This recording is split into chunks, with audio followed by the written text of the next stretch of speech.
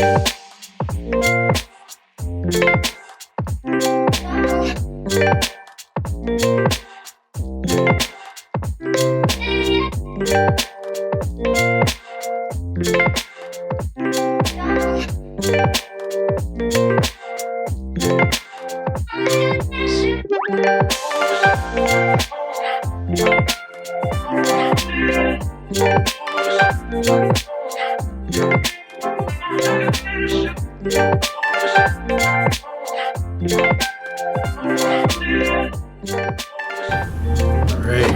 I am on the way to the Bassmaster Classic Expo. Set up a booth with Jamie from Dugout Bait and Tackle. He'll have a booth there. I'll have the ultralight set up on one of his kayaks. Tomorrow's setup day. I'm a little bit ahead of schedule. Excited about this show. This is like the Bassmaster Classic Expo really is my favorite show I do all year. It's open to the public. If you've never been, you need to go.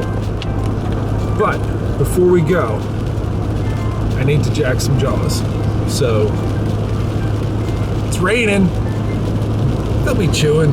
Let's go find some fish. This river's clear.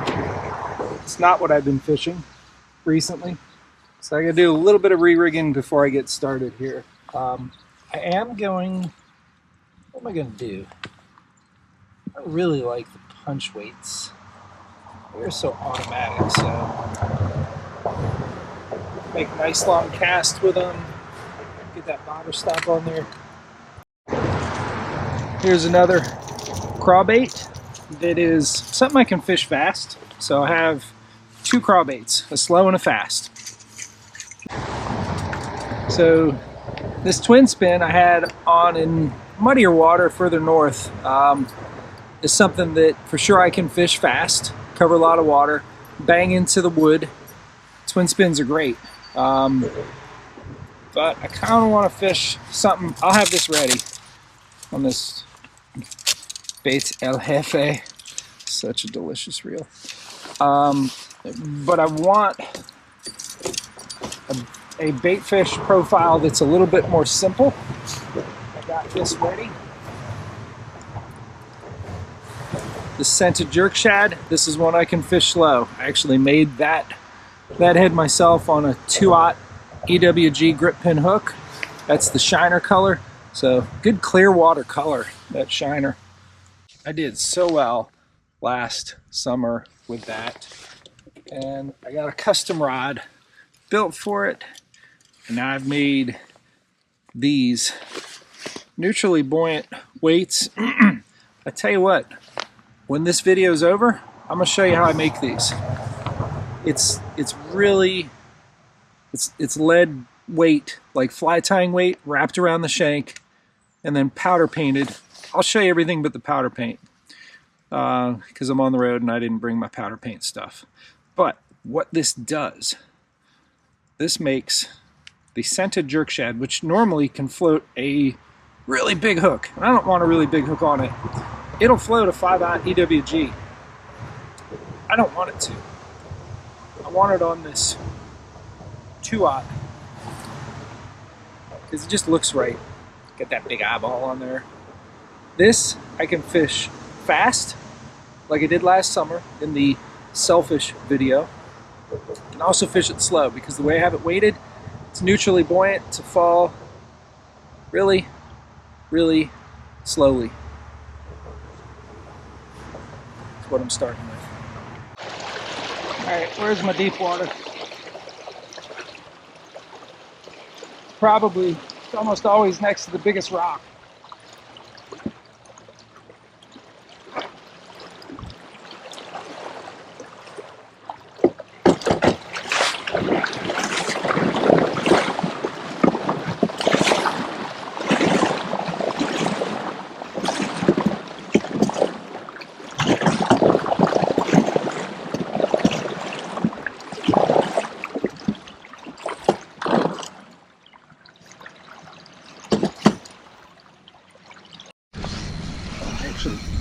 I've watched that eat. That was awesome. I actually watched him follow it, and good golly, that was awesome. Watch the, get up here. Watch the white of the bait disappear. Oh, that was awesome. Oh, and it's big. Oh, that was so tasty. Started slow, started really slow on that bank. And, yes. Oh yeah, went really slow and then just started swimming it very slowly back and didn't really see anything. I'm gonna let you breathe after that exertion. Didn't see anything until I saw the white of the bait coming back, and I saw this dark shape coming in behind it. Oh, that was tasty.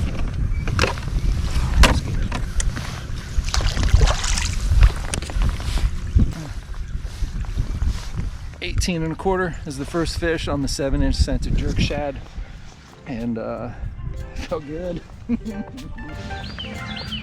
This is the bank he was on.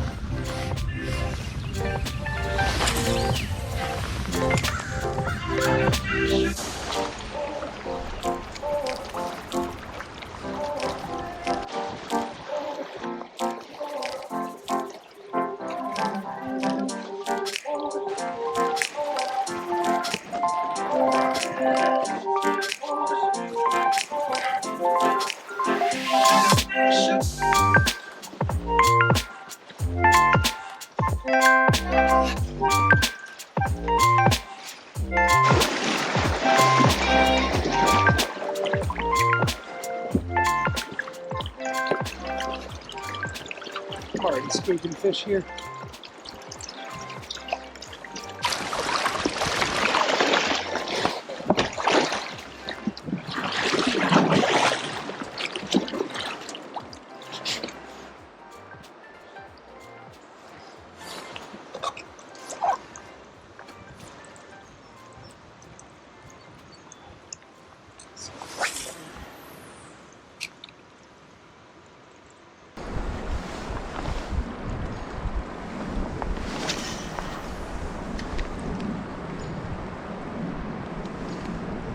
And I killed it. Moving along.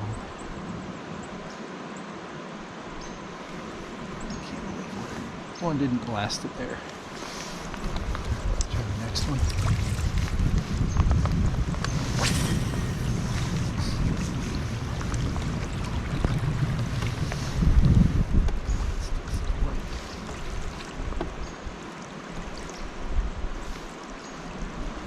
Think of what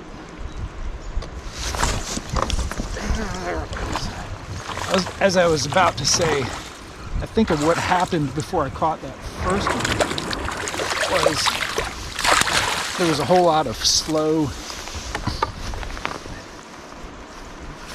just barely moving. Just keep it moving in your direction without settling on the bottom. In an eddy like that. Let them breathe. You have such pretty red eyeballs. I'm gonna pick your. Look at those eyes. I'm gonna pick those parasites off his tail if I can.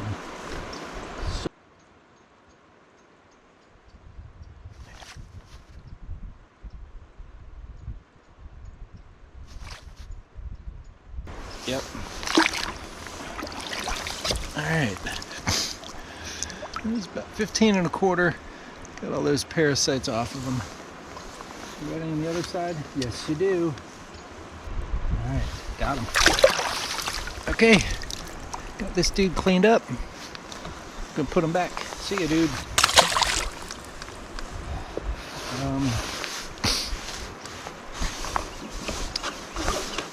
Yeah, these things are nasty. You see that? Got a whole pile over here.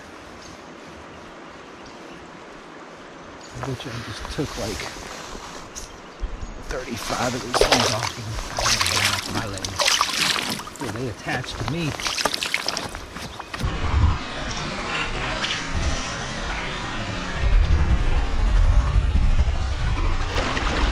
much as I want this to be a fast presentation thing, I just don't think it is today. I mean, this water's still cold.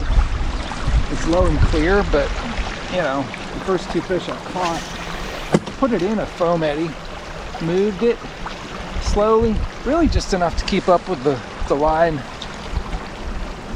you know, and it dipped down to this piece of here. And then each of them was a visual strike detection type deal, where you see the fish flash and turn on it, and you set the hook. I fully believe if I'm not watching this bait as it's underwater,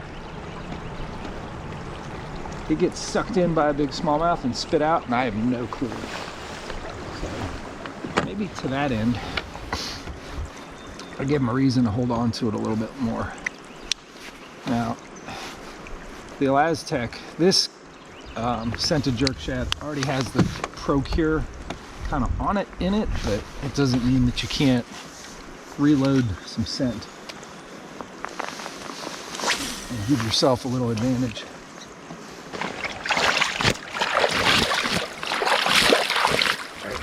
I've had enough of watching those fish leeches, those little parasites I picked off of that 15-incher squirm around on my leg. I mean, it's not like it's my bare leg, it's just yuck.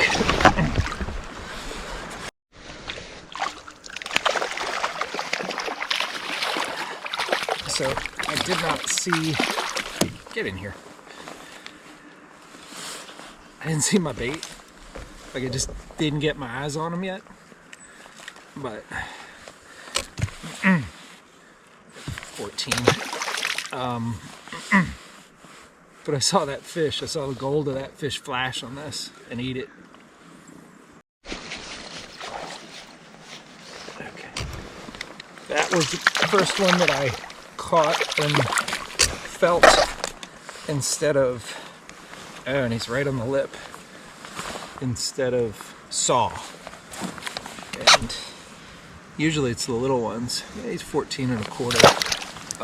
The smaller ones that are going to hit it in a way that you feel it. The big ones are good at hitting it in a way that you don't feel it. You got to see them. You got to see that white. You got to watch that white disappear. So I'm alternating between the Scented Jerk Shad and the twin spin spinnerbait.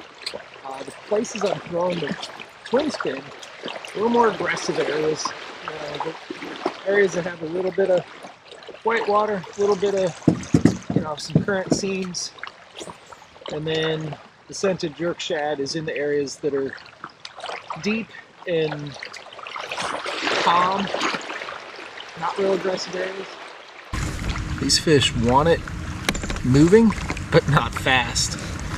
The only, or the best way to describe what I'm trying to impart with this slow kind of wandering, searching, occasionally pausing and dropping is the phrase "not dead yet."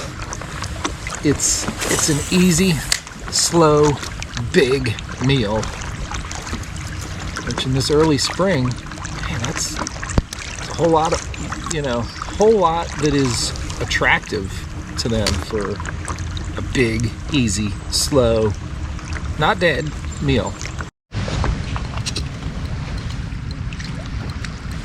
Okay, got into another deep pool, and this one just loaded up. Oh, that's a good jump. All right, I'll get you in here. Maybe you want to come around? I don't want you in that wood, please.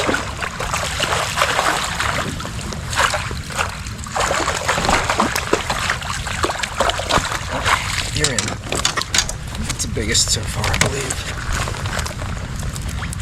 Oh, did that pop out? Alright.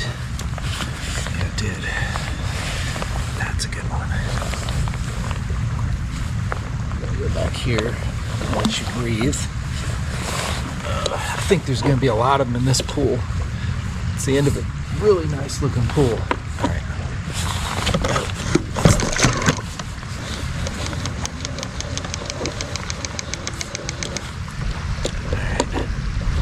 Stop. Come on. Stop.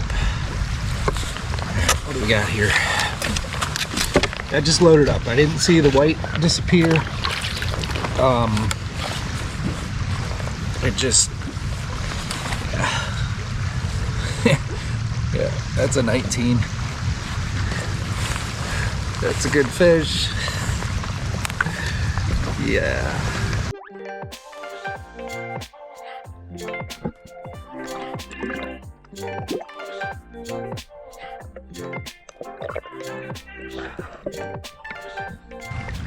I just spun hard in that direction and I made a cast and it was messed up. It like bird nested up through here. That's one of the problems with throwing this bait and like moving it slowly is it tends to corkscrew sometimes, but you just got to hang it. Let's see, which way do you want to spin? I think I worked out most of the spin. I hope this guy has friends. It was right there.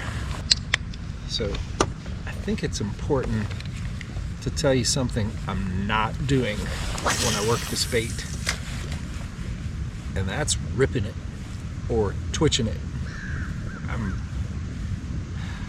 I think there's a time for that, but this cold water just slowly, I mean, it does what a glide bait does in many ways, that it just kind of like wanders this way and then wanders that way and then comes back. And a slow retrieve just does that naturally, and I think if you are able to impart that, they think it's not dead yet.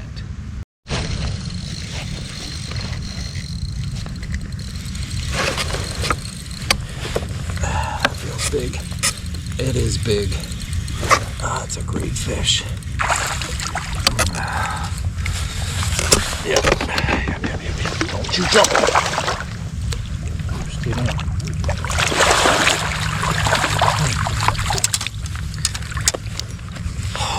This bait is awesome. Slow. Look at that. Look at that.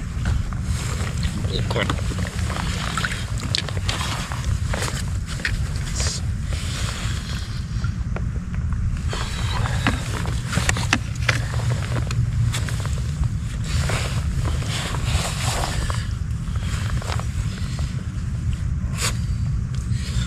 19 and a quarter. Yes. Oh, they like it, man. And it's in there. It just holds them. It just holds them. Great hookup percentage. Whew, this is awesome. All right, let's take another good look at this beautiful animal. Before I release her, I'm gonna do some funky stuff with the I got one of my phones has a waterproof case. I'm gonna try and do a underwater release for the Instagram account. Let's see how this goes. Ah, you got off. That is a rare miss. Oh, he came back. Oh, he came back. He was off and came back because he loved it and had to have it. Like, man, I'm thinking that one got away, and he's thinking, yeah, that one did get away. I better get it. Yes. Oh, yes. Did I see you earlier? Did I see you when I came up the first time and you like refused this? You can't refuse this. You cannot refuse this. 16. See you later, 16. I'm about out of daylight.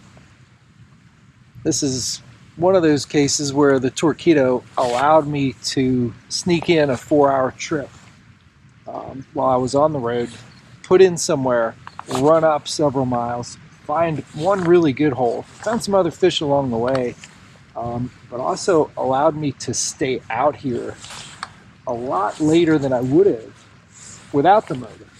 You know, it's something that if I were paddling this, getting back down is going to take me longer than the amount of daylight that I have. So, time to bring the lines in and be grateful for the time I've had out here. Put the motor in the water and get home or get back to the truck before it's dark.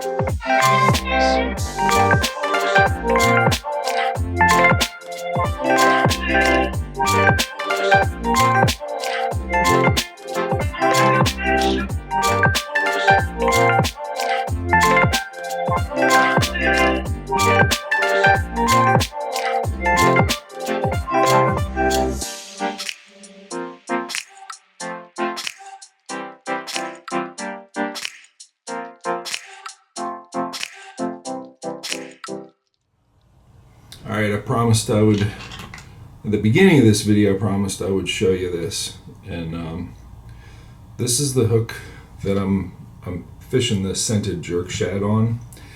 It's got lots of little wraps of this lead wire. And to figure out the right weight and the right length, I sat there at a little creek.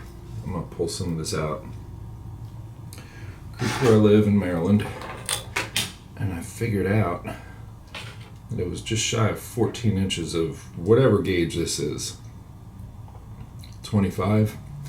You know, there are different gauges, and if you don't buy the 25, you still have to take the grip pin hook, and I like the 2/0, fits the bait real well.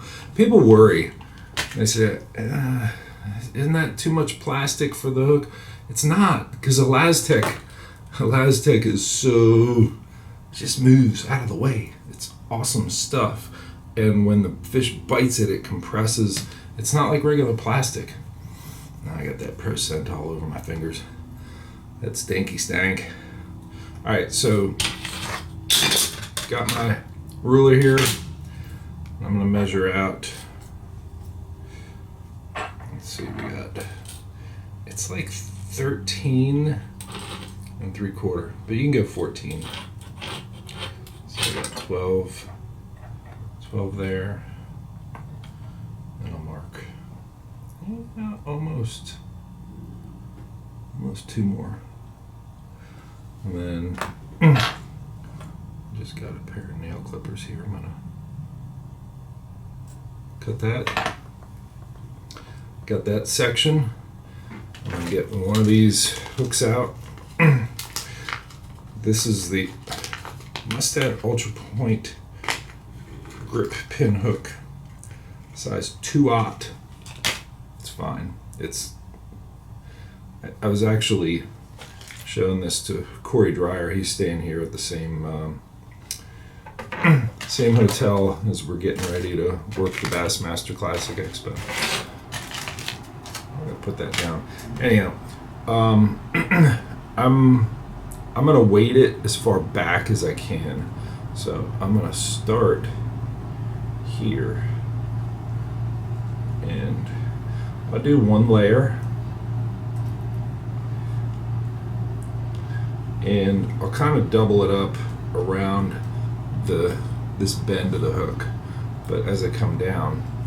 And the one part I won't be able to do, I'm just going to kind of compress that up. I won't be able to do on this trip, and I'll probably do a few more of these. I won't be able to powder paint it. And you can see, did I lose the other one already? It's just getting away from me. You can see how this is white. It's powder painted white.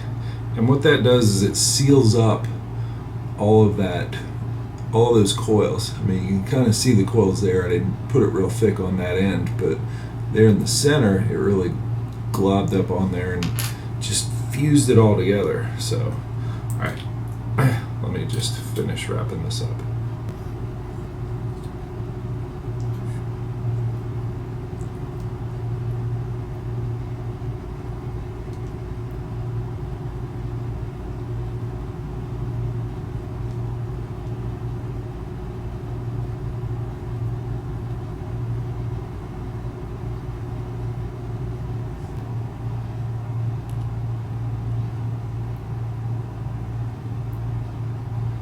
Okay, you can see that last little bit there.